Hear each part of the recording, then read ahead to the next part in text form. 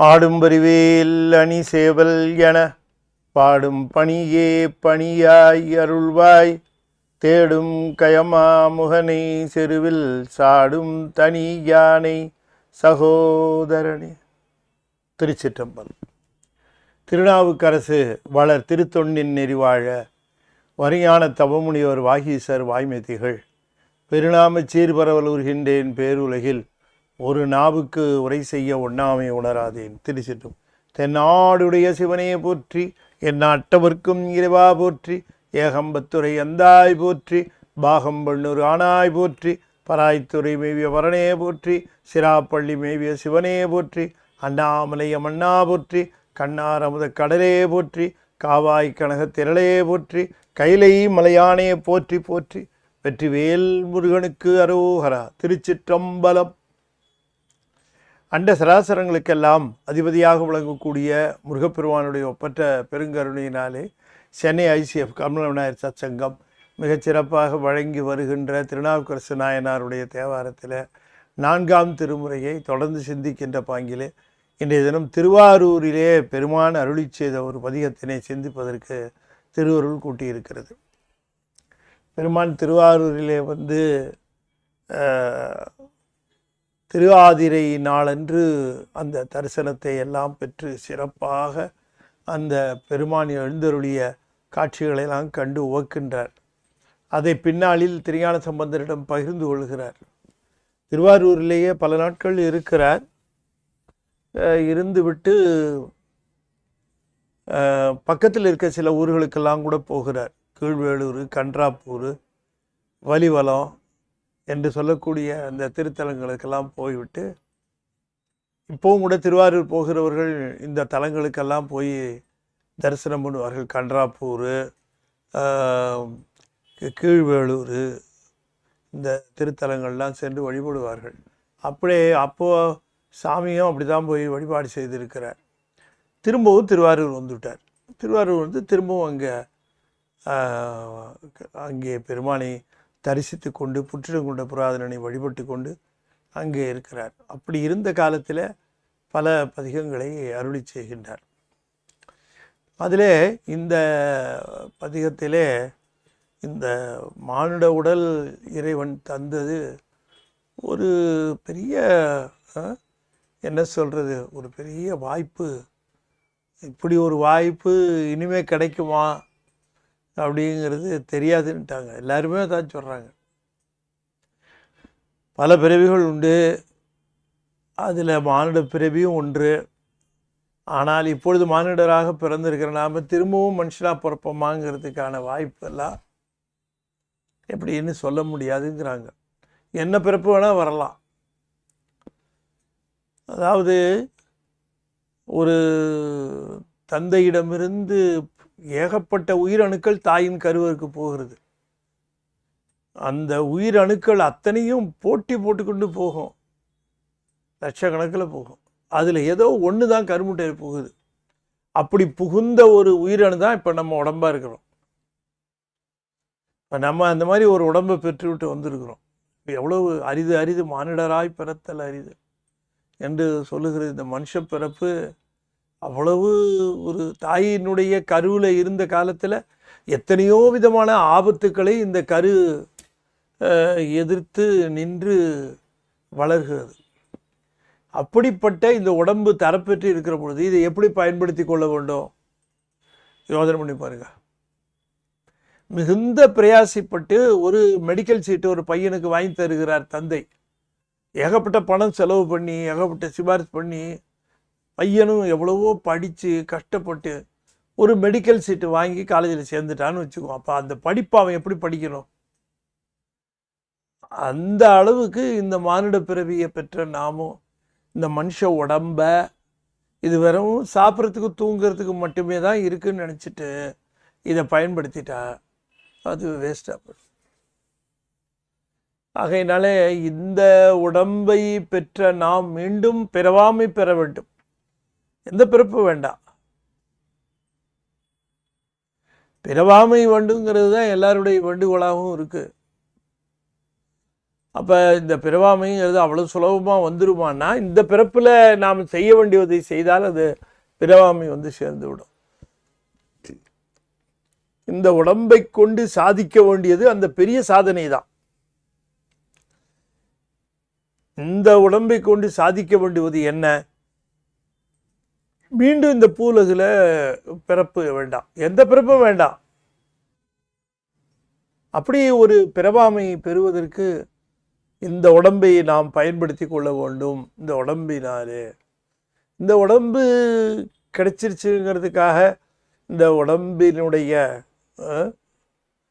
இப்போ medical seat கிடச்சிருச்சுட்டு இந்த பையன் யாரை பார்த்தாலும் நான் மெடிக்கல் சீட் வாங்கிட்டேன்னு பெருமையாக பேசுகிறதும், சுற்றுறதும், காலேஜுக்கு சரியாக போகிறதுக்கு ஃப்ரெண்ட்ஸோடு கூத்தடிக்கிறதும், இப்படியே ஒரு பெருமை பீத்திக்கிட்டே இருந்தால் படிப்பு என்னாகும்? அதுபோல் இந்த உடம்பு வந்துருச்சு, மனுஷனாக பிறந்துட்டோம், நல்ல உடம்பு இருக்குது, நல்ல கருவிகரணங்கள் இருக்குது அப்படின்னுட்டு இந்த உடம்பை பயன்படுத்திகிட்டு இருந்தால் கடைசியில் இறக்குங்காலத்தில் அது என்னத்துக்கு பயன்படும்? இது கொஞ்சம் கொஞ்சமாக தேயுது, நமக்கு நல்லா தெரியுது. இந்த உடம்பு கொஞ்சம் கொஞ்சமாக தேஞ்சு அது பயனற்றதாக ஒரு நாள் போயிடுது. பயனற்றதாக போயிடும். ஒன்றும் பயன்பட முடியாத அளவுக்கு உபயோகப்படுத்த எல்லா பொருளும் அப்படி தானே போகும். அதுபோல் தான் இந்த ஹார்ட்டு பயன்படுது, ஈரல் பயன்படுது, இறப்பை பயன்படுது, கண் பயன்படுது, கிட்னி பயன்பட்டுக்கிட்டே இருக்குது. அப்புறம் அது ஒரு தேய்மானம் அடைஞ்சு நின்றுடுது. ஆகையினால இந்த உடம்பை கொண்டு இந்த பயன் பெறாமல் வீணாகிறதே என்று வருந்தி சுவாமி இந்த பதிகத்தை அருளி செய்கின்றார். ஆகையினால அந்த இந்த உடம்பை கொண்டு நாம் பெற வேண்டிய பயனை பெறாமல் இந்த உடம்பில் ஒரு 5 பேர் இருந்துக்கிட்டு என்ன அட்டகாசம் பண்ணுறாங்க, அந்த 5 பேர் சொல்கிறதைத்தான் நம்ம கேட்டு அதை திருப்திப்படுத்துறதுக்காக நாம் என்னென்னவோ செய்து கொண்டு இருக்கிறோம் இல்லையா? அதைத்தான் இங்கே இந்த பதிகத்தில் படுகுழி பவ்வத்தன்னை என்று தொடங்குகிற பதிகத்தில் சுவாமி சொல்லுகிறார். இப்போ அந்த பதிகத்தை பார்ப்போம். படுகுழி பவ்வத்தன்ன பண்டியை பெய்தவாற்றால் கடுவதிம் மனிதர் வாழ்க்கை காண்தொரும் கதுகின்றேன். முடுகுவர் இருந்து உள் 5 மூர்க்கரேல் இவர்களோடும் அடியனேன் வாழமாட்டேன் ஆரூர் முலட்ட நீரே. படுகுழி பவ்வத்தன்ன, பவம்ன கடல், படுகுழி பவ்வத்தன்ன பண்டியை பெய்த ஆற்றால் கெடுவதி மனிதர் வாழ்க்கை காண்தொரும் கோதுகின்றேன். வயிற்றையே பார்த்து கொண்டு ஓம்பிக்கொண்டு அதனையே போற்றிக்கொண்டு வாழ்கின்றவன் வீணா போயிடுவாங்கிறார். வயிறு ஒரு அது என்ன சொல்றாரு, படுகுழி பவ்வம்னார். பவம்னா குழி போன்றதும் கடல் போன்றதும் என்று அதனை குறிப்பிடுகின்றார். படுகுழி போன்றதும், பண்டினா வயிறு. இந்த வயிறை பெய்த ஆற்றால் இந்த வயிற்றை திருப்திப்படுத்த வேண்டும் என்கிற அந்த முயற்சியில், இந்த குழியை நிரப்ப வேண்டும் என்கிற முயற்சியில் அதில் என்னென்னவோ உணவுகளை எல்லாம் அதில் போட்டு அதை திருப்திப்படுத்துவதற்காக யோசித்து சாப்பிடுவோம்.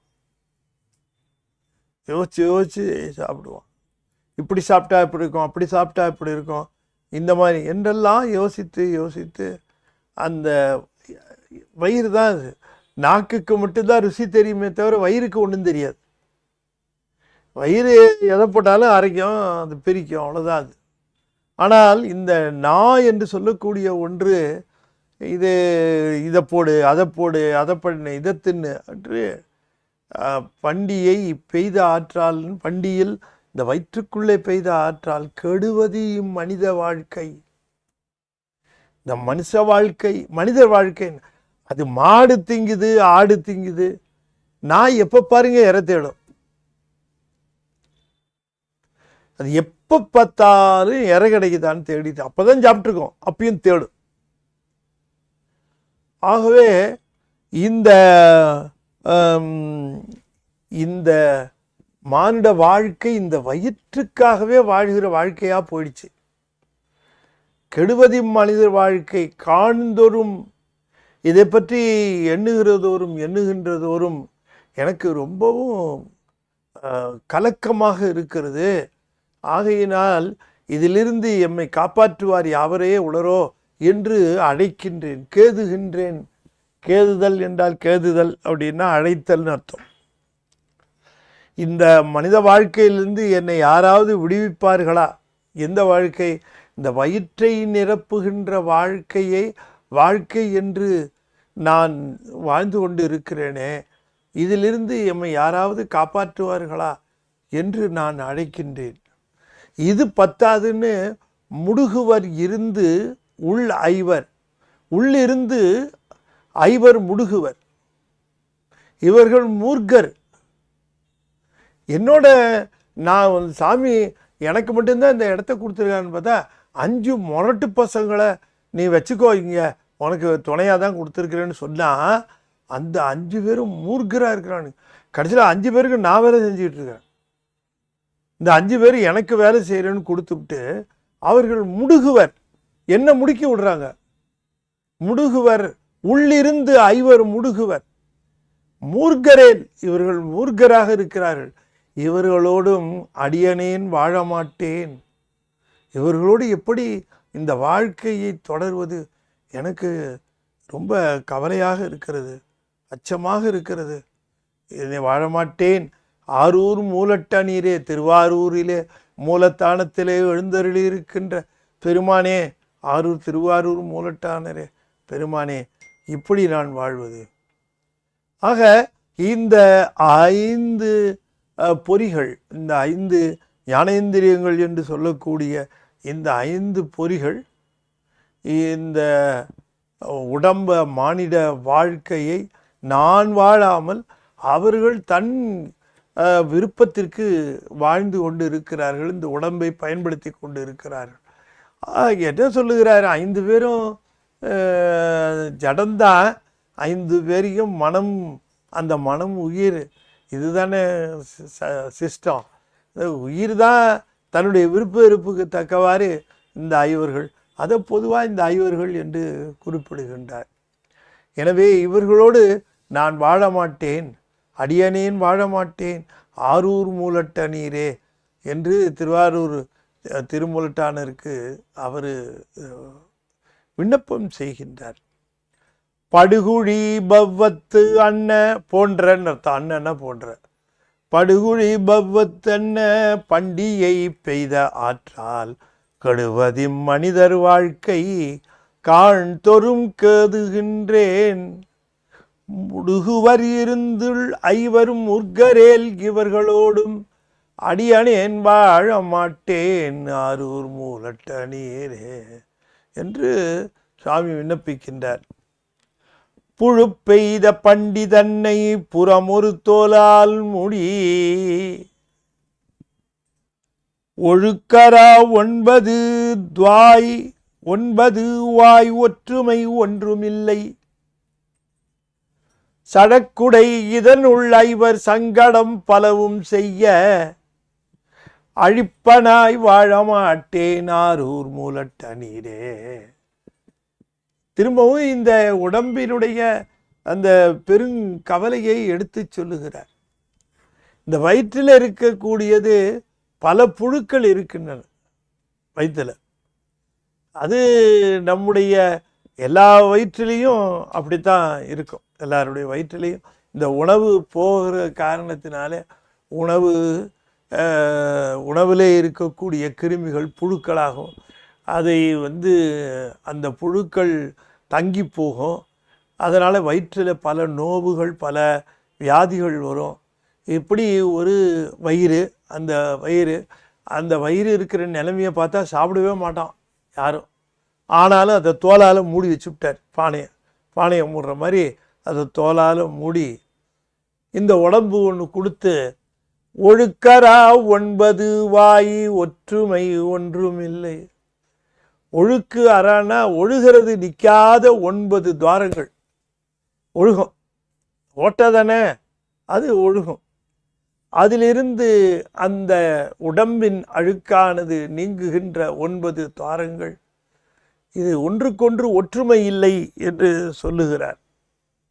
9 துவாரத்தில் ஒரு துவாரத்து வழியாக போகும் வரும், இன்னொரு துவாரத்தில் போகும், இன்னொரு துவாரத்தில் வெளியில் வரும்.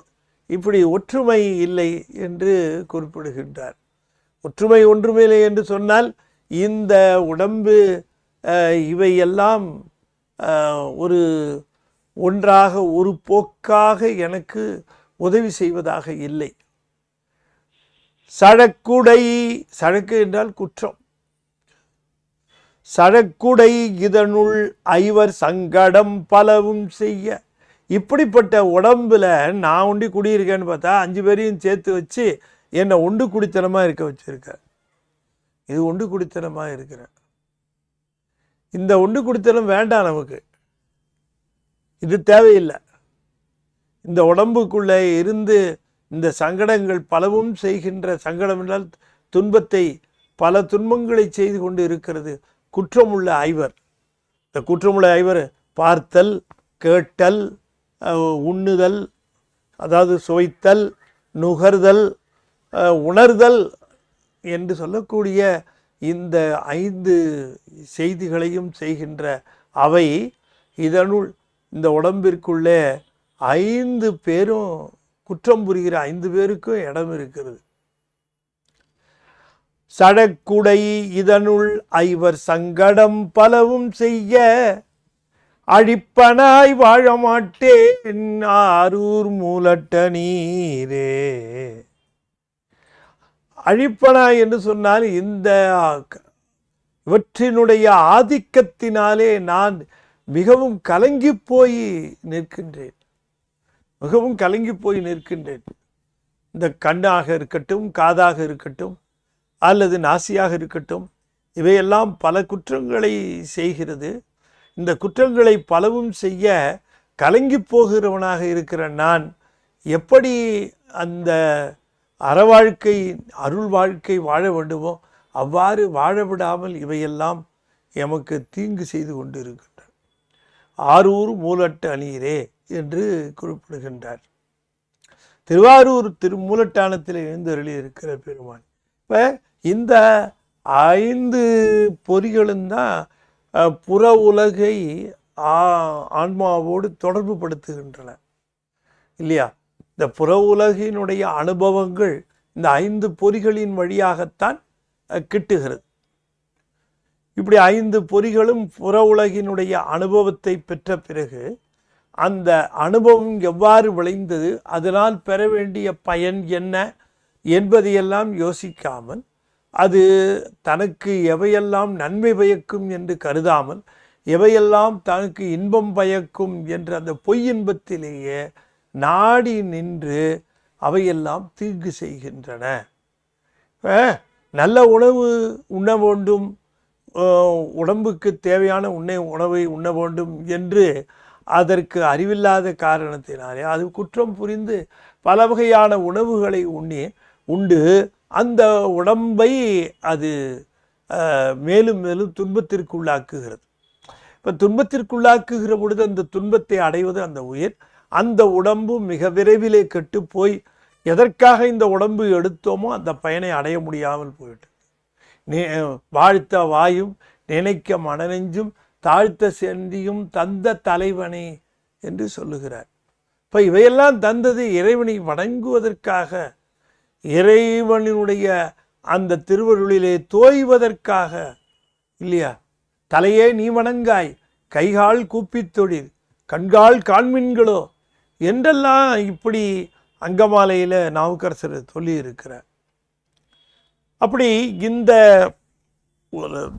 உடம்பை இறைவனுடைய ஒரு நிலையிலே தன்னை தோய்வதற்கும், தன்னுடைய பற்று சிவத்தை பற்றி இருக்க வேண்டுமே தவிர பிரபஞ்சத்தை பற்றி இருக்க கூடாது என்கிற அந்த உணர்வும் இல்லாமல் இப்படி அந்த பொறிகள் காட்டிய வழியிலேயே செல்ல வேண்டியதாக இருக்கிறது. இப்போ பார்க்க வேண்டாம் என்று எண்ணிய பிறகு பாராமல் இருக்காமல் சரி கொஞ்ச நாளை பார்ப்போம் என்று உண்ணாமல் இருக்கலாம் என்று எண்ணிவிட்டு சரி கொஞ்சம் உண்ணலாம் என்று உண்ணுவது, இப்படியாக அவை என்னுடைய வாழ்க்கையை அழித்து கொண்டு இருக்கிறது. அதிலே நான் எப்படி வாழ்வது, எப்படி கரை தேறுவது என்று தெரியவில்லையே என்று திருமூலட்டானரிடம் அதனை விண்ணப்பிக்கின்றார். பஞ்சின் மெல்லடியினார்கள் பாங்கராய் அவர்கள் நின்று நெஞ்சின் நோய் பலவும் செய்து நினைவிலும் நினைய ஒட்டார் நினையினும் நினைய ஒட்டார். நஞ்சனீமிடற்றினானே நாதனே நம்பனே நான் அஞ்சினேக்கு அஞ்சலின் நீர் ஆரூர் மூலட்ட நீரே. பஞ்சின் மெல்லடியினார்கள் பாங்கராய் அவர்கள் நின்று, அவர்கள்னா யாரு? இந்த 5 பேரும். இந்த 5 பேரும் எங்க போய் நிற்கிறாங்கன்னா, பெண்கள் எங்கு அழகான பெண்கள் இருக்கிறார்களோ அவர்கள் பக்கத்தில் போய் நின்றுடுதியா, போய் அங்கே போய் நின்றுடுது. அப்பர் சொன்னதெல்லாம் நம்ப முடியுமா? நான் அப்பர் நமக்காக சொல்றார் இப்படி. பஞ்சின் மெல்லடியினார்கள் பாங்கராய் அவர்கள் நின்று, இல்லையா? அந்த பொய் மயக்கத்திலே ஆழ்ந்து போய் இந்த 5 பொறிகளும் போய் கண்டு கேட்டு உண்டு உயிர்த்து உற்று அறியும் ஐம்பொறியும் பொன்தொடியால் கண்ணே உள அப்படின்னு சொன்ன மாதிரி இந்த 5ம் போய் அங்கேயே நிற்கிது. பாங்கராய் பக்கத்தில் போய் அவர்கள் நின்று நெஞ்சில் நோய் பலவும் செய்து, உள்ளத்திலே பலவிதமான நோய்களை அவர்கள் செய்கின்றார்கள், இல்லையா? அவர்கள் செய்கின்றார். நோய் பலவும் செய்து நினையினும் நினைய ஒட்டார். தப்பித்தவறி உன்னை நினைக்கலான்னா அவங்க நினைக்க விட மாட்டேங்கிறாங்க, இல்லையா? அப்ப இந்த பெண்களை கண்டு மகிழ்வதற்கும் பெண்களுடன் பேசி மகிழ்வதற்கும் அவர்களுடைய பேச்சை கேட்டு மகிழ்வதற்கும் இப்படியாக அவர்களிடம் போய் நிற்கின்ற இந்த 5 பொறிகள் சிவத்திடம் சென்று சேர்தல் இல்லையே. ஓர ஒட்டார் ஒன்றை உண்ண ஒட்டார் மலரிட்டு உணதிருதால் சேர ஒட்டார் ஐவர் செய்வது என் யான் என்று கேட்கிறார் நம்முடைய அருணகிரிநாத சுவாமிகள்.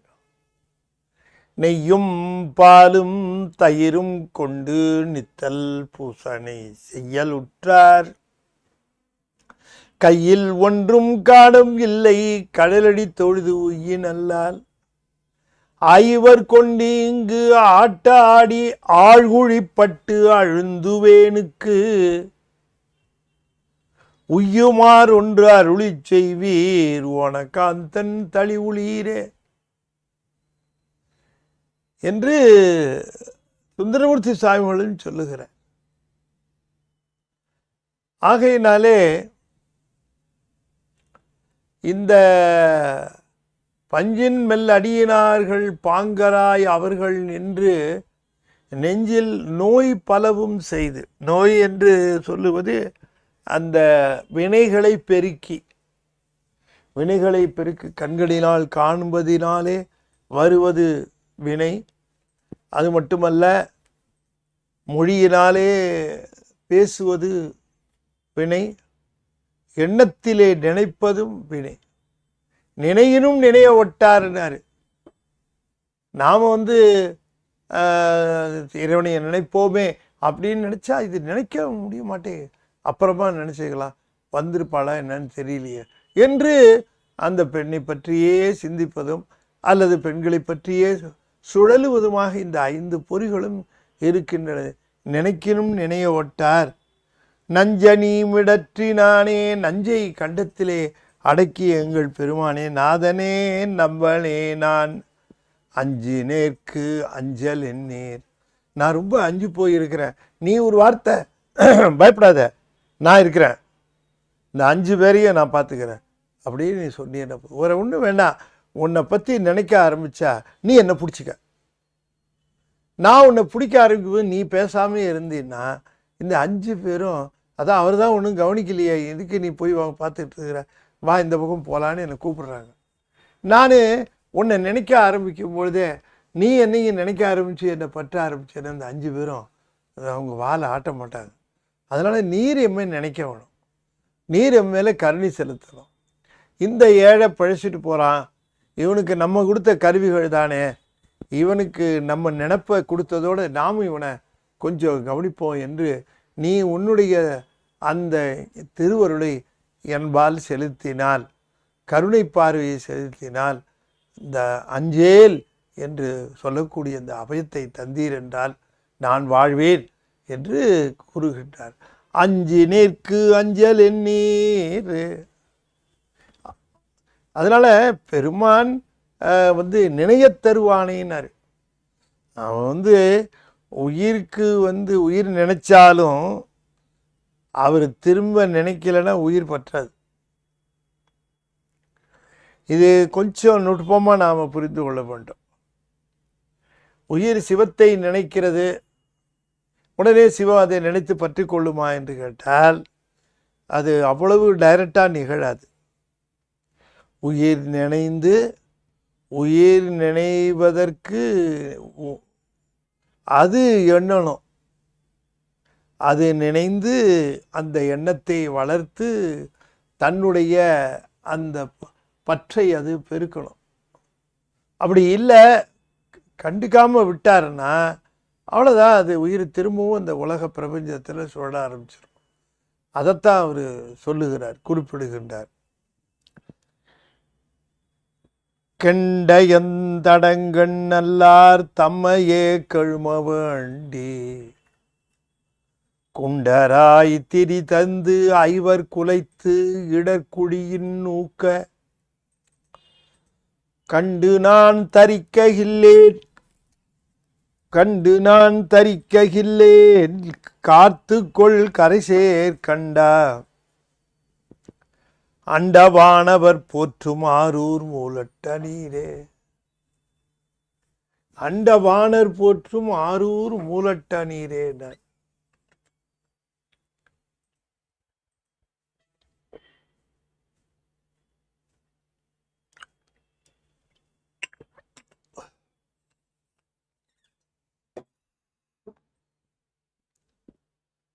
தேவர்கள், வானவர்கள், அதற்கும் மேலே இருக்கக்கூடிய விண்ணவர்கள், இவர்கள் யாவரும் போற்றுகின்ற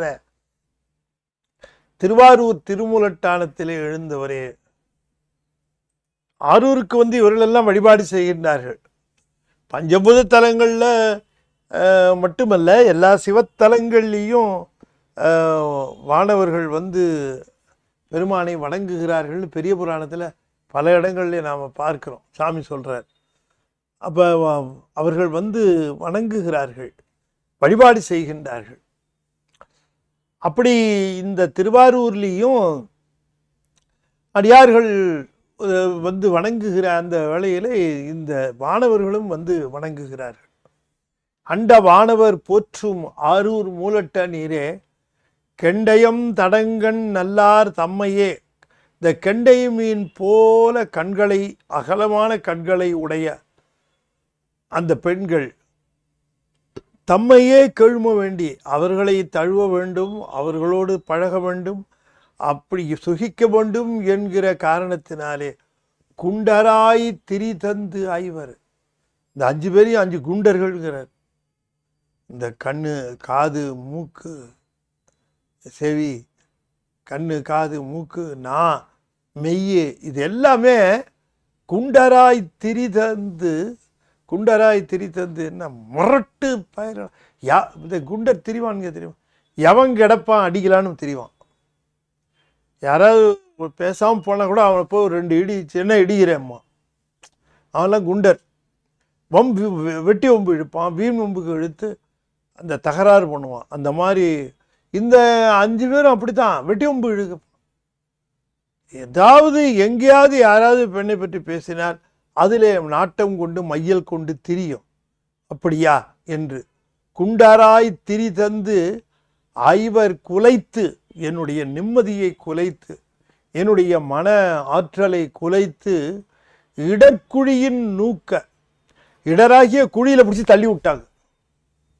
நூக்கன இடர்குழியில் நூக்க கண்டு நான் தரிக்ககில்லேன், அதில் விழுந்து கிடக்கிற நான் என்னால் தரிக்க முடியாமல் வருந்துகின்றேன். கண்டு நான் தரிக்ககில்லேன். காத்துக்கொள் கரைசேர் கண்டா, கண்டத்திலே நஞ்சே அடக்கிய எங்கள் பெருமானே, நீ காப்பாற்றாவிட்டால் என் கதி என்னாகும்? ஆகையினால இது ஒரு செய்தி என்ன என்று கேட்டால், நான் யுஎஸ் போயிருக்கிற பொழுது அங்கே ஒருத்தர், அவர் கணவனும் மனைவியுமாக அவர்கள் நிகழ்ச்சிக்கெல்லாம் வந்தார்கள். அவர் நிகழ்ச்சியில் கலந்து கொண்டார்கள். அதில் நிறைய சர்வீஸ் பண்ணாங்க. அதில் அந்த கணவனாக இருக்கிறவர் என்னை தனியாக பார்த்து ஒரு 10 நிமிடம் பேசணும் அப்படின்னு கேட்டார். அப்போ அதுக்கு நான் வாய்ப்பு தந்தேன். சரி வாங்க ஒரு நாள்னு சொல்லி ஒரு நாள் வர சொல்லி பேச. இப்போ அவர் என்கிட்ட மனம் விட்டு சொன்னார், ஐயா உங்ககிட்ட நான் மனம் விட்டு சொல்கிறேன், எனக்கு கடவுள் பக்தி இருக்குது, சிவபக்தி இருக்குது, எது நல்லது கெட்டதுங்கிறது நல்லா தெரியுது. என்னுடைய மனைவி மேரில் எனக்கு அன்பு இருக்குது, பாசம் இருக்குது, எல்லாம் இருக்குது. ஆனாலும் கூட எனக்கு நானும் என்னுடைய மனமும் என்னுடைய ஒரு இது கீழாகவே போகுது, ரொம்ப தாழ்வாகவே இருக்கிறது. குறிப்பாக அது பெண்களையே அது சுற்றுகிறது. நானும் அதை தவறு என்று அதை கண்டிக்கிறேன். நான் எப்படி என்னை கட்டுப்பாடு செய்து கொள்வது? எப்படி என் மன நினைப்பை, என்னுடைய செயலை விட என்னுடைய மன நினைப்பு ரொம்ப அதிகமாக இருக்குது. செயல் செய்கிற பாதகத்தை விட மன நினைப்பு அதிக பாதகம் செய்கிறது. நான் இத்தனைக்கும் எனக்கு அந்த பக்தி எல்லாம் இருக்குது, எல்லாமே இருக்குது, எல்லாம் உண்மை என்று தெரிகிறது. இருந்தாலும் என்னை எவ்வாறு காப்பாற்றி கொள்வது அப்படின்னு அவர் கேட்டார். இதனால் எனக்கும் என் மனைவிக்கு அடிக்கடி பிணக்கு வருகிறது. அந்த பிணக்கினாலே மனஸ்தாபம் வருகிறது என்றெல்லாம் அவர் பேசினார். அப்போ நான் அவருக்கு சொன்னது, இந்த 5 பேரை வெல்லுவது என்பது ஆன்மா தனியாக முயன்று வெல்லுவது கடினம். இந்த 5 பேரும் உதவிக்காக தந்தாலும் கூட இவை கொஞ்ச காலகட்டத்தில் தன்னுடைய நிலைக்கு, தன்னுடைய விருப்பத்திற்கு இந்த உயிரின் அறிவை இழுக்கும். அதனால் அறிவு இந்த வழிகளின் வழியாக செல்லுவதற்கு அவை இழுக்கும். இதுக்கு ஒரு பெஸ்ட்டு சொல்யூஷன், இந்த குற்றத்தை சிவத்திடம் ஒப்புக்கொண்டு இதிலிருந்து எம்மை விடுவிக்க வேண்டும், எம்மை காப்பாற்ற வேண்டும், எமக்கு அருள வேண்டும் என்று நீங்கள் விடாமல் இறைவனுக்கு ப்ரேயர் பண்ணணும். இந்த தவறுன்னு தெரிஞ்சு ப்ரேயர் பண்ணுகிற பொழுது சிவம் உதவி செய்யும், அது செய்யாமல் இருக்காது. ஆகையினால நாம இதுக்கு வேறு எந்த முயற்சியெல்லாம் எடுத்தாலும், இதுக்கு யோகம் செய்யலாம், தியானம் பண்ணலாம் அப்படி என்றெல்லாம் பலவிதமாக சொல்லுவார்கள்.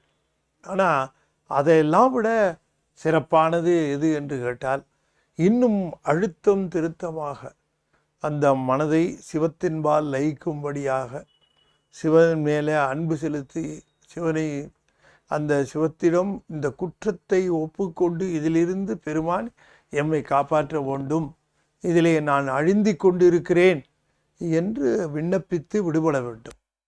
இதுதான் ஒரே வழி. இப்போ அந்த விண்ணப்பத்தை தான் சாமி இங்கே செய்கிறார். பலருக்கும் இந்த குற்றம் இருக்கும். பலருக்கும் இறைவன் மேலே அன்புடையவர்களாக இருப்பார்கள், இறைவன் மேலே பக்தி உடையவர்களாக இருப்பார்கள். ஆனால் இந்த சிறு விஷயத்தில், இந்த பெண்கள் விஷயத்தில், சிற்றின்ப விஷயத்தில் அவர்களுக்கு நிரம்ப ஒரு குறைபாடுகள், குற்றங்கள் மனத்த அளவிலே, சிந்தனை அளவிலே இருக்கும். எதற்காக சாமி இவ்வளோ ஒரு 10 பாட்டும் இதையத்தான் எழுதுகிறார். கிட்டத்தட்ட இந்த 10 பாட்டிலேயும் அவர் இதை குறிப்பிட்டு எழுதுகிறார் என்று சொல்லுகிற பொழுது, இந்த 5வரும் அவர்கள் வசப்பட்டு இருக்கிற பொழுது இவை இறைவனுக்கு பயன்படவே பயன்படாது. இது இந்த 5 அங்கே அடகு வச்சதுக்கு பிறகு இந்த 5 வேற இறைவனுக்கு பயன்படுத்தலான்னு பண்ணால் அது சரியாகவே வராது. ஆகையினால இதை விடுவிக்கணும். இதை விடுவிக்கிறதுக்கும் அவர் தான் நமக்கு அந்த திருவருளை புரிய வேண்டும். அந்த திருவருளை வேண்டி வழுத்துவது தான் இந்த விண்ணப்பம். இந்த மாதிரியான ஒரு பதிகங்களைத்தான், அப்படி ஒரு சிக்கலை நேர்கொள்கிறவர்கள், சிக்கலையிலே சிக்கி இருக்கிறவர்கள் இந்த மாதிரி பதிகத்தை ஓத வேண்டும்.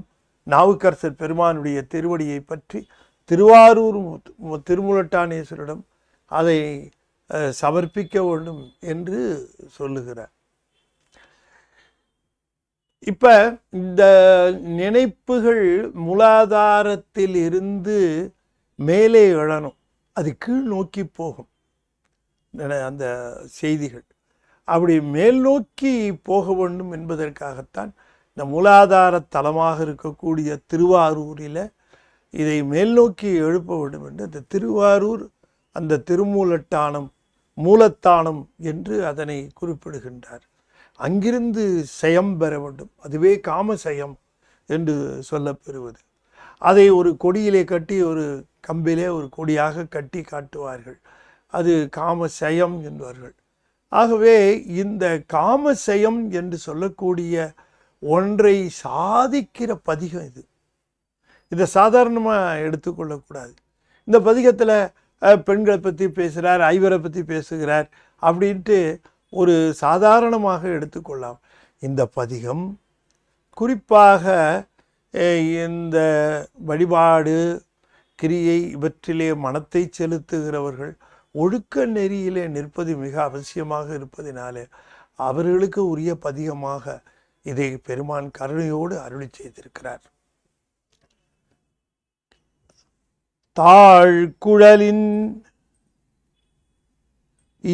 தாழ்குழலின் சொல் நல்லார். இதில் சாமி பார்த்தீங்கன்னு சொன்னால்,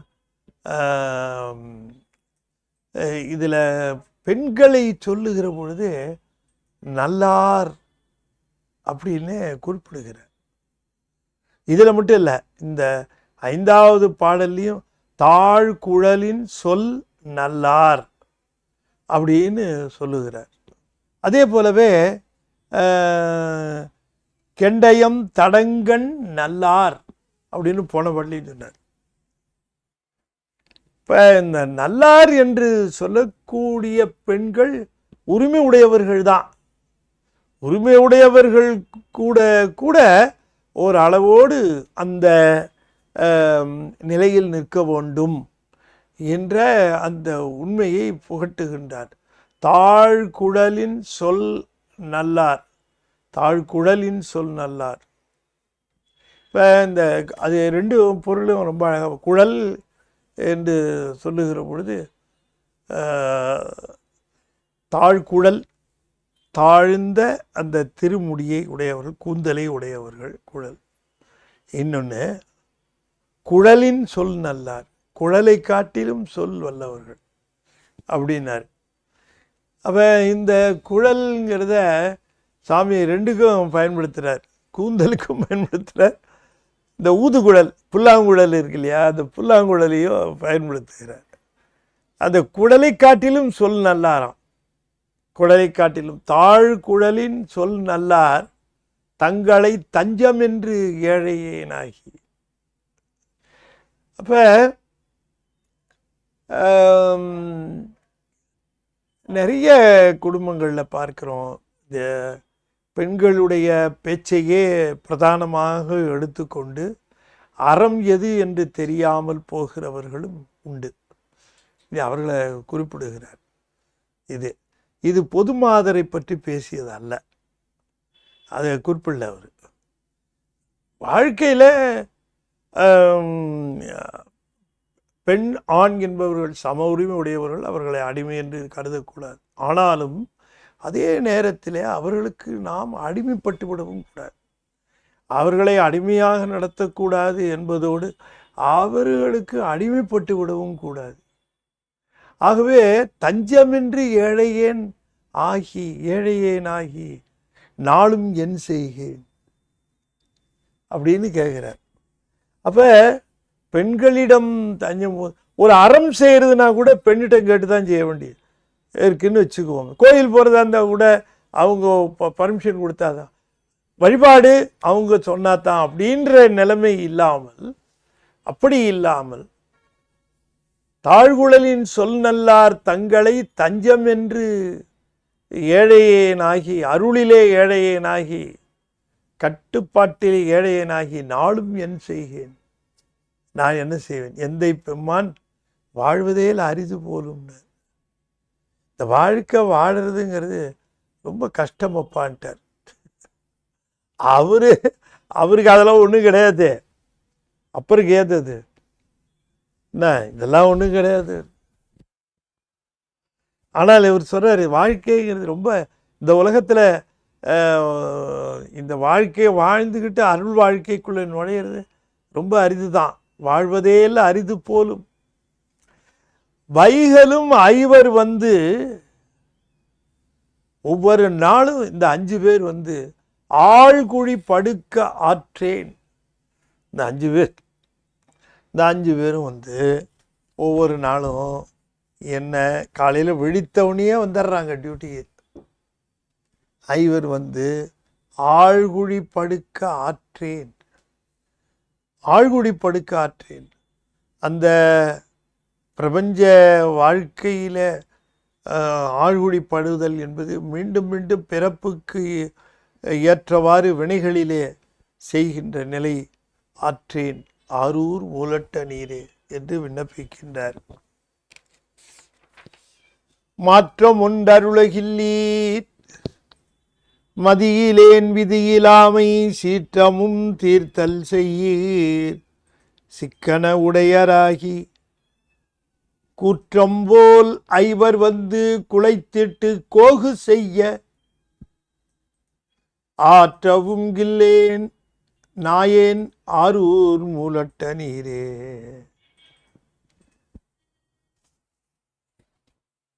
மதியிலேன் விதியிலாமை, எந்தெந்த விதிப்படி நடக்க வேண்டும் என்று சொல்லப்படுகின்ற அந்த விதிப்படி நடக்கின்ற அறிவில்லாதவனாக நான் இருக்கின்றேன். விதியிலாமை மதியிலேன், விதியின் வழி செல்ல வேண்டும். விதி என்பது எந்த சட்டதிட்டங்கள் நியாயங்கள் இவற்றை நமக்கு விதித்திருக்கின்றவற்றின்படி செல்ல வேண்டும்.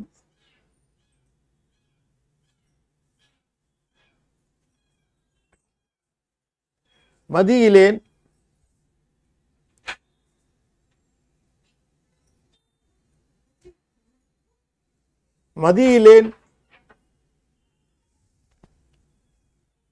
அதை பின்பற்ற வேண்டும். அவற்றை ஒரு நல்லது சொல்லுகிறார்கள் அருளாளர்கள் அல்லது பெரியவர்கள் சான்றோர்கள் சொல்லி இருக்கிறார்கள், இதுதான்ப்பா இப்படித்தான் இருக்கணும், நீ இந்த மாதிரி நடந்து கொள்ள வேண்டும், வாழ்க்கைனா இதுதான், மனசுல தோன்றதெல்லாம் செய்யக்கூடாது, மற்றவர்கள் போல் வாழ வேண்டும் என்று எண்ணாமல் நல்லவர்கள் போல் வாழ வேண்டும் என்று கருத வேண்டும். இப்படியெல்லாம் சொல்லுகிற அந்த சொற்களை பின்பற்றாதவன் ஆக இருந்ததினாலே கடைசியில் இந்த வாழ்க்கையை இஷ்டப்படி வாழ்ந்து என்னாச்சு, உன் கோபத்துக்கு ஆளான, உன்னுடைய கோபத்திற்கு நான் ஆளானேன். உன்னுடைய கோபம் வந்ததுனால அதனை எப்படி தீர்ப்பது என்று எனக்கு தெரியும். பெருமான் வந்து கோபமுடையவராக இருப்பர். கோபமுடையவராக இருப்பர் எப்பொழுது? ஆன்மாக்கள் அறவழியிலே செல்லாமல் தங்கள் விருப்பப்படி சென்று குற்றம் புரியுமானால் இறைவன் கோபம் கொள்வார். எனவே சீற்றமும் தீர்த்தல் செய்ய. அதுக்கு நான் என்ன செய்யணும்? அதுக்கு ஏதாவது ஒரு வழி இருந்தால் மாற்றம் உண்டு அருளுகின்றீர். அந்த மாற்றத்தை தேவரீர் கட்டளையிட்டால் நான் அந்த மாதிரி செய்து உம்முடைய கோபத்தை தீர்த்து கொள்வேன். கூற்றம் போல் ஐவர் வந்து சிக்கன உடையராகி மிகவும் உறுதி பற்றி ஒரு 5 பேர் கூற்றுவன் போல வந்து என்னை வாழ்க்கையை குலைத்திட்டு கோகு செய்ய தோள் தட்டி நிற்கிறார்கள். யாரு நினைச்சிட்டு இருக்கிறடி? என்ன நீ என்ன எங்களெல்லாம் வெள்ளலாம் நினைக்கிறியாம? உன்னால் முடியும், சொல்ற பேச்சு கேட்டுட்டு ஒழுங்காரு என்று கோகு செய்ய, அவங்களை எதிர்த்து பேசுறதுக்கு ஆற்றவும் கில்லேன். அதற்கு எதிர்த்து நிற்கிறதுக்கு எனக்கு அந்த ஆற்றல் இல்லாதவனாக இருக்கிறேன். மாற்றம் உண்டு அருளுகில்லையே. இதுக்கு ஒரு வழி சொல்லுப்பா. நீ வந்து தேவரீர் வழி சொல்லாமல் இதிலிருந்து அடியேன் விடுபடுவதற்கு வாய்ப்பு இல்லை. ஆற்றவும் கில்லேன். கில்லேன்னா கிற்றல் என்று சொல்வது வலிமை உடையராக இருத்தல். அந்த வலிமை உடையவனாக இல்லை என்று கேட்கிறார். எனவே அருள் வாழ்க்கை வாழாதவர்களுக்கு சிவத்தினுடைய சினத்திற்கு ஆளாவார்கள். அந்த சினத்தினாலே அவர்களுக்கு உரிய அந்த தண்டனை வழங்க பெறும். இதை நாம் உணரணும். அறம் பிழைத்தார்க்கு தெய்வ குற்றம் என்று சொல்லக்கூடிய அந்த தண்டனை உண்டு. இப்போ பலரும் தவறை செஞ்சுட்டு போலீஸை தாங்க கைக்குள்ளே வச்சுட்டு இருக்கிறோம், நம்மளை யாரும் பிடிக்க மாட்டாங்க, நம்மளை யாரும் பண்ண மாட்டாங்க என்று செய்தால் இது வந்து தெய்வம் பார்த்து கொண்டு இருக்குமா? நீங்கள் சொல்லுங்கள். ஒருத்தர் குற்றம் செய்கிறார், அவர்கிட்ட தான் போலீஸே இருக்குது. போலீஸ் அவரை போய் பிடிக்குமா? அவர் பிடிக்காது. அவர் போலீஸை தன்னுடைய கட்டுப்பாட்டில் வைத்து இருக்கிறதுனால தானோ தனக்கு வேண்டியவரோ அவர்கள் செய்கிற குற்றங்களை எல்லாம் அவர் மறைத்து அந்த குற்றங்களிலிருந்து தண்டனையிலிருந்து தப்பித்து கொள்ளுகிறார் என்று வைத்து கொள்வோம். அது இறைவனுக்கு அது உடன்பாடாக இருக்குமா? இறைவன் உடன்படுவாரா? அதை யோசிக்க மாட்டேங்கிறாங்க. அவர் கோபிப்பார், சீற்றம் உருவார். அதைத்தான் சொல்லுகிறாங்க, சீற்றமும் தீர்த்தல் செய்யேன்.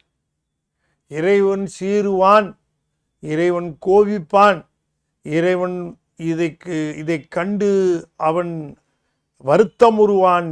இது சரியல்ல, ஏன் இவ்வாறு செய்கிறாய் என்று அவன் சீற்றமுடையவனாக இருப்பான். அந்த சீற்றத்தை தீர்த்தல் செய்தல் வேண்டும். பெருமானிடம் மன்னிப்பு, பெருமானிடம் முறையீடு, தண்டனையை தாமே பெற்றுக்கொள்ளுதல் போன்றவற்றாலே அப்படி செய்ய வேண்டும். சிக்கன உடையராகி என்றால் உறுதி கொண்டு உறுதியாக இந்த 5 பேர் வந்து எம்மை துன்புறுத்துகிறார்கள் என்று சொல்லுகிறார். உயிர்நிலை உடம்பே காலா உள்ளமே தாழியாக துயரமே ஏற்றமாக துன்பக்கோல் அதனை பற்றி பயிர்தனை சுழிய விட்டு பாழுக்கு நீர் இறைத்து மிக்க அயர்வினால் ஐவர்க்கு அற்றேனாரூர் மூலட்ட நீரே. இப்போதான் இந்த மோட்டார் வந்து கிணத்துல இருந்து தண்ணியை இறைச்சி இந்த வயல்காட்டில் பாய்ச்சுறாங்க. முன்ன எப்படின்னா ஏத்தம் இறைக்கிறது என்று சொல்வார்கள். இந்த கிணத்துல இருந்து அந்த தாழின்னு அதைத்தான் சொல்கிற தாழி, ஒரு பானை மாதிரி இருக்கும். அது பானை, அது தோலில் கூட இப்போ செய்கிறாங்க. ஆனால் பானை மாதிரி இருக்கும். அது ஒரு தவளை, பெரிய தவளை, தவளை மாதிரி இருக்கும். அதை ஒரு 2 கால் அந்த கிணத்துக்கு மேலே நட்டு அதில் ஒரு கயிற்றில் கட்டி அந்த கயிற்றை ஒரு கட்டையில் கட்டி அந்த கட்டையை மாட்டை கட்டி மாட்டை அப்படியே நவுத்தி போக சொல்லுவாங்க. மாடை ஓட்டும் போது மாடு இப்படியே இழுத்துட்டு போகும்போது இந்த கிணத்துக்குள்ளே தண்ணியை மொண்டு இது மேலே வரும். வந்து அந்த சமநிலத்துக்கு வந்த உடனே அங்கே அப்படியே பிடிச்சி ஒரு இழுப்பாங்க, கொட்டும் தண்ணி. அப்புறம் வாய்க்கால் வழியாக எல்லாத்துக்கும் போகும். இவ்வளோ கஷ்டப்பட்டு இந்த தண்ணியை இறைச்சி வயலுக்கு பாய்ச்சாம விழலுக்கு பாய்ச்சினால் என்னாகும்? அதைத்தான் சொல்றார். கஷ்டப்பட்டு ஏற்றத்திலே நீர் இறைச்சி அந்த நீரை வயலுக்கு பாய்ச்சு. இப்படி கஷ்டப்பட்டு இந்த உடம்பை வளர்த்து இந்த உடம்புக்கு உணவு கொடுத்து இந்த உடம்புக்கு வேணுங்கிற சௌரியம் பண்ணி இந்த உடம்பை வளர்த்து இந்த உடம்பு எதனை பெற வேண்டியமோ அந்த பயனை பெறாமல் இது கண்டதுக்கு செலவு பண்ணிச்சா இந்த உடம்பு கடைசியில் வியாதி வந்து இறந்து போனால் இந்த உடம்பு விடலுக்கு அரைச்ச நீராக போச்சு. ஆனால் இந்த விடலுக்கு அரைச்ச நீராக இல்லாமல் இதை இறைவனுடைய வழிபாட்டுக்கும் இறைவனை போற்றுவதற்கும் இறைவனுக்கு பூஜை செய்வதற்குமாக இதை பயன்படுத்தி இருந்தால் இந்த உடம்பு இந்த தண்ணி இறைச்சி சிவப்பயிர் விளைஞ்சிருக்கும். இப்போ சிவப்பயிர் விளையாமல் அவப்பயிர் விளைந்து பிறப்பு வந்தது. இதுக்கு காரணம் இந்த 5 பேர் என்று சொல்லுகிறார். உயிர் நிலை உடம்பே காலா, கால்னா அந்த கட்டை தாழின்னு தெரியும். துயரமே ஏற்றமாக துன்பக்கோல் அதனை பற்றி பயிர்தனை சுழிய விட்டு, பயிர்கள்லாம் வாடுது, பயிருக்கு தயக்காம இந்த தண்ணியை பாழுக்கு நீரிரைத்து மிக்க அயர்வினால் ஐவர்க்கு, இப்படிப்பட்ட ஒரு வாழ்க்கை வீணடித்த அயர்வினால் எனக்கு இந்த 5 பேருக்கும் எனக்கு தீனி போட முடியல. இவர்கள் என்னை நல்லது செய்ய எமக்கு இடம் தர மாட்டேன் என்கின்றார். இவர்கள் போக்கிலேயே என்னை அழைத்து இந்த உடம்பை ஆக்கிரமித்து கொண்டு இருக்கிற காரணத்தினாலே இவர்கள் பாழுக்கு நீர் இறைக்குமாறு செய்தார்களே தவிர சிவப்பயிர் விளைவதற்கு நீர் இறைக்க வைக்கவில்லை என்று குறிப்பிடுகின்றார். ஆற்றேன் ஆரூர் மூலட்ட நீரே.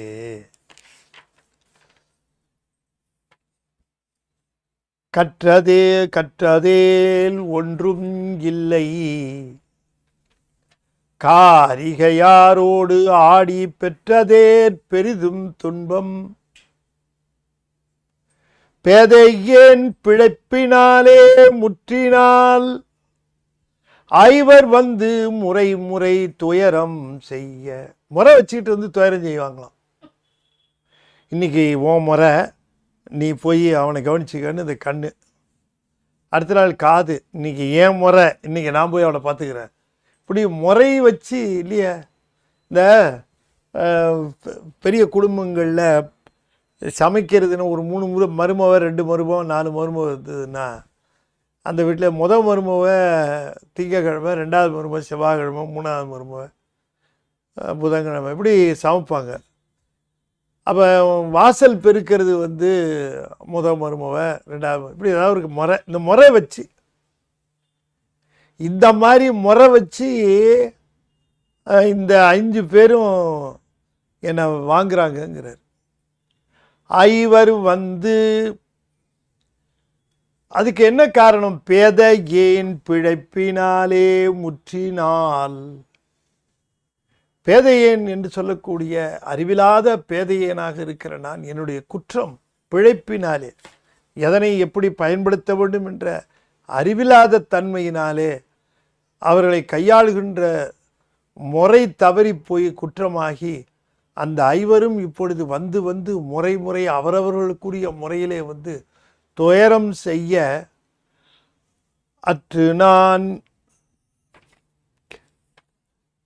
அற்று நான் அலந்து போனேன் ஆரூர் மூலட்டனாரே. அற்று என்றால் நிம்மதியற்று, ஆற்றலற்று நான் அலந்து போனேன். கற்றதேல் ஒன்றும் இல்லை, என்ன கற்க வேண்டுமோ அந்த கற்க வேண்டிய பொருள், அது கற்கும் பொருள் வேற, கற்பதினாலே பெற வேண்டிய பொருள் வேற. படிப்பதினாலே கற்றதினால் ஆய பயன்னாரு. அந்த பயன் ரொம்ப முக்கியம். நிறைய படிப்பாங்க, பயன் என்னன்னு கேட்டால் தெரியாது. படிச்ச நிறைய என்ன பயன், அது நம்மளை நாமே கேட்டுக்கணும். இங்கே கூட கற்றதேல் என்று சொன்னால் கற்றதினால் வந்த பயன் ஒன்றும் இல்லை. காரிகையாரோடு ஆடி பெற்றற்கே பெற்றதேல் பெரிதும் துன்பம். ஆனால் என்னுடைய புலமையையும் மற்றவற்றையும் காட்டுவதற்கு எப்பொழுதும் பெண்களிடம் வீரத்தை காட்டி, பெண்களிடம் பேச்சை காட்டி, பெண்கள் நாட்டத்திலேயே இருந்து நான் அடைந்ததோ பெரிதும் துன்பம். அடைந்தது பெரிதும் துன்பம். ஆகையினால் கற்ற பொருள், அது பொருளினுடைய அந்த தன்மை நிலையுள்ள பொருளிலும் நிலையுள்ள இன்பத்திலும் நாட்டம் செலுத்த வேண்டுமே தவிர நிலையற்ற பொருளிலும் நிலையற்றவற்றிலும் நாட்டம் செலுத்தக்கூடாது என்பது தெரியாமற் போய் நான் என்னுடைய பிழைப்பினாலே இப்பொழுது 5 பேரும் வந்து முறை முறை துயரம் செய்ய அற்று நான் அளந்து போனேன் ஆரூர் மூலட்டனாரே என்று கூறுகின்றார். பத்தன்னாய் வாழமாட்டேன் பாவியேன் பரவி வந்து சித்தத்துள் ஐவர் தீய செய்வினை பலவும் செய்ய மத்துரு தயிரே போல மருகும் என் உள்ளந்தானும் அத்தனே அமரர் கோவே ஆரூர் மூலட்டனாரே. அத்தனே அத்தனே அப்பனே ஐயனே, அமரர் கோவே அமரருடைய அரசனே, திருவாரூர் மூலட்டானரே. திருவாரூர் இந்திரன் சொன்னா இங்கேயே இருந்துருங்க சாமின்னு. இந்த இந்திர லோகமே நீங்கள் இங்கே ஆண்டுனீங்கன்னா நான் தினமும் பூஜை பண்ணுறது சௌரியமாக, தினமும் கீழே பஸ்ஸு கிடைக்க மாட்டேங்குது, ட்ரெயின் கிடைக்க மாட்டேங்குது, வந்துட்டு போயிட்டு இருக்க வேண்டியதாக இருக்குது அப்படின்னு நான் இந்திரன் திருவாரூரில் இருக்கிறேன். இந்திரலோகத்தில் நீ இருப்ப, எல்லோரும் இருப்பாங்க, அடியார்கள் வரமாட்டாங்களே. அடியார்கள் வர்றது திருவாரூர் தான் வராங்க, நான் அங்கே தான் போவேன்ட்டேன். அமர உலகம் வேண்டாது ஆரூர் ஆண்ட அரசு சாமி. ஏன்னா அடியார்களுக்கு இந்திர உலகம்னா இந்திரனையும் பிடிக்காது, இந்திர உலகத்தையும் பிடிக்காது அவர்களுக்கு. அதெல்லாம் ஒன்றும் சரிப்படாது, அவன் பாடி இருந்துட்டு போகிறான் அடியார்களுக்கு. அதனால் அப்படிப்பட்ட அமரர் கோவே திருவாரூர் மூலட்டானரே, அவர்களுடைய அரசராக இங்கே விற்றிருக்கக்கூடிய பெருமானே, பத்தனாய் வாழ மாட்டேன், நான் ஒரு பக்தி மிகுந்து அன்பு மிகுந்தவனாக வாழ மாட்டேன், பாவியேன் பரவி வந்து சித்தத்துள் ஐவர் தீய வினை செய்ய பலவும் செய்யனர்.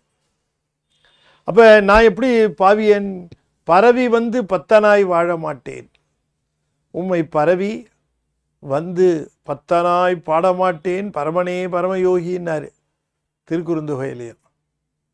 இதுலேயும் சொல்லுகிறார், பரவி வந்து பத்தனாய் வாழ மாட்டேன், உன்னையே பரவி உனக்கு அன்புடையவனாக வாழ மாட்டேன், ஆனால் 5 பேருக்கு நன்றியுடையவனாக இருக்கிறேன்.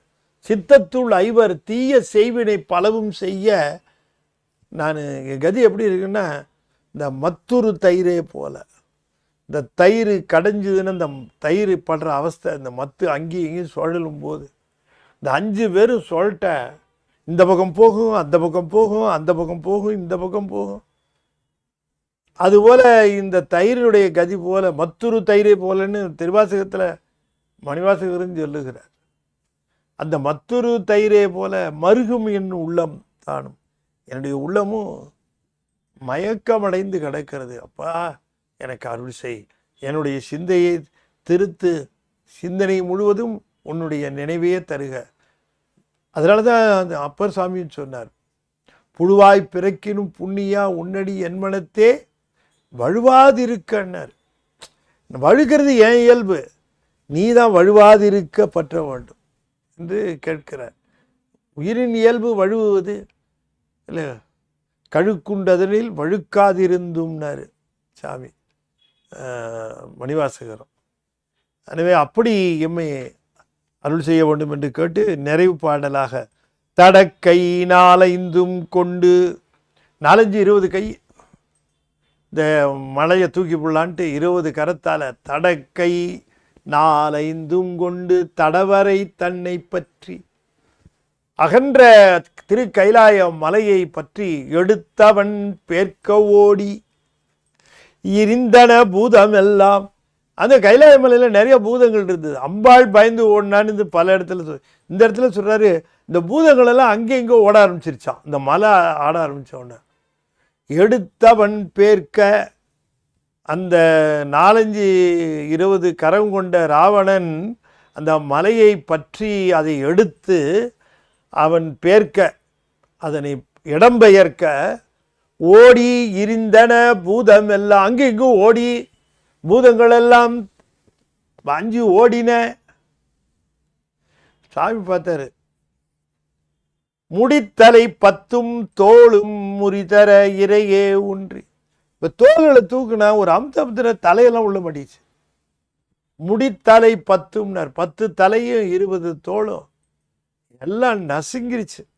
முறித்தர இறையே ஊன்றி, கொஞ்சம்தான் ஊன்னாராம், இறையன கொஞ்சமாக, இறையே ஊன்றி அடர்த்து அவனை நசுக்கி அப்புறம் என்ன பண்ணார், அருள் செய்தார். இந்த மாதிரி குற்றம் செய்து தண்டிச்சாலும் கூட அருள் செய்கின்றே. நானும் நிறைய குற்றங்கள் செய்திருக்கிறேன், இந்த குற்றங்களையெல்லாம் பொறுத்து அருள் செய்ய வேண்டாமா, அதை எண்ணித்தானே உண்மை வந்து சேர்ந்திருக்கிறேன். அருள் செய்தது என்ன, அது உன்னுடைய கருணை அல்லவா. தேவரின் மரக்கருணை காட்டினாலும் அறக்கருணையும் காட்டுவீர், அதை நமக்கு காட்ட வேண்டும். ஆரூர் மூலட்ட நீரே, திருவாரூர் மூலத்தானத்தில் எழுந்தருளிய பெருமானே என்று கூறுகிறார் என்று சொல்லி இந்த அளவில் இந்த பதிகத்தை நாம் நிறைவு செய்து, ஞானத்திரள் சமீபத்திலே வெளியிட்ட 2 வெளியீடுகள்.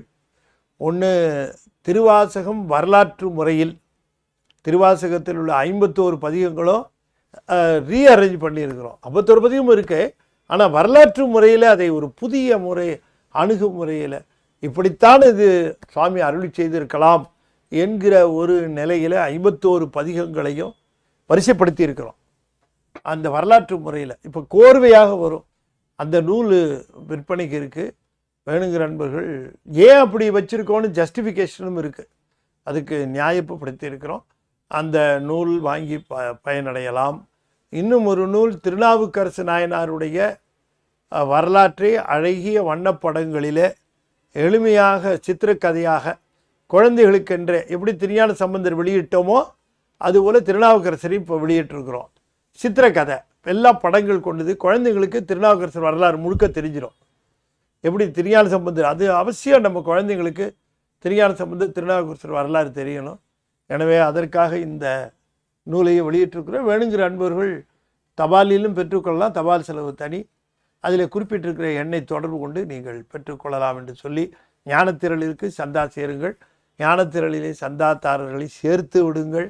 ஞானத்திரளில் வருகிற கட்டுரைகளுக்கு நீங்கள் உங்களுடைய ஸ்பான்சர்ஷிப் என்று சொல்லக்கூடிய நல்லாதரவு தரலாம், அதில் வர கட்டுரைகளுக்கு என்று சொல்லி இந்த அளவில் நிறைவு செய்து மீண்டும் நாளைய தினம் சந்திப்போம் என்று சொல்லி இந்த அளவில் நிறைவு செய்யும் முகமாக 5 எழுத்தை 5 முறை ஓதுவேன். நண்பர்கள் தொடர்ந்து ஓத வேண்டும் என்று திருவடி பணிந்து வேண்டிக் கொள்கின்றேன். ஓம் நமச்சிவாய, ஓம் நமச்சிவாய, ஓம் நமச்சிவாய, ஓம் நமச்சிவாய, ஓம் நமச்சிவாய. திருச்சிற்றம்பலம். தென்னாடுடைய சிவனே போற்றி, என் நாட்டவர்க்கும் இறைவா போற்றி. வெற்றிவேல் முருகனுக்கு அரோகரா. திருச்சிற்றம்பலம்.